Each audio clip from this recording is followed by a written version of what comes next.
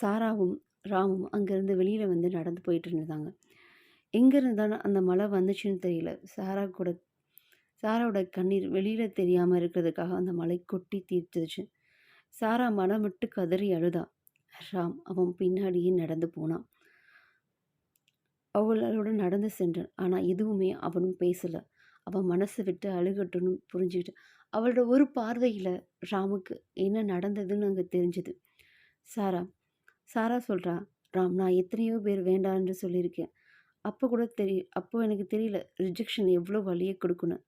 இப்போது என் காதில் நான் சொல்லி தோற்றிருந்தா கூட நான் கொஞ்ச நாள் இதுவும் கடந்து போகணும்னு விட்டுருப்பேன். ஆனால் இப்போது என் காதல் சொல்லவும் முடியாமல் மறைக்கவும் முடியாமல் விடை தெரிய காதலாக மாறிடுச்சுல. சாகுற வரை இதற்கு பதிலே கிடையாது. என் மனசோட பாரம் குறையாதுன்னு கதறி அழுதா. இப்படியே 3 ஆண்டுகள் கடந்தும் அவளால் அவனை மறக்கவும் முடியல, வேறொருவரை ஏற்கவும் முடியல. உயிர் உள்ளவரை இவள் உன்னை மட்டுமே நினச்சி தன் உயிரை உள்ளவரை அவன் நினைவுகளோடு வாழ பழகி கொண்டாள். இதுக்கு முடிவில்லை, விடை தெரியாக்காது. நான் உங்கள் ஏஎஸ். ஓகே மக்களே, எல்லாருக்கும் இந்த கதை பிடிச்சிருக்குன்னு நம்புகிறேன். பிடிச்சிருந்தால் லைக் பண்ணுங்கள், ஷேர் பண்ணுங்கள், கமெண்ட் பண்ணுங்கள், சப்ஸ்கிரைப் பண்ணுங்கள், இன்ஸ்டாகிராமில் டிஎம் பண்ணுங்கள், ஃபாலோ பண்ணுங்கள். பாய்.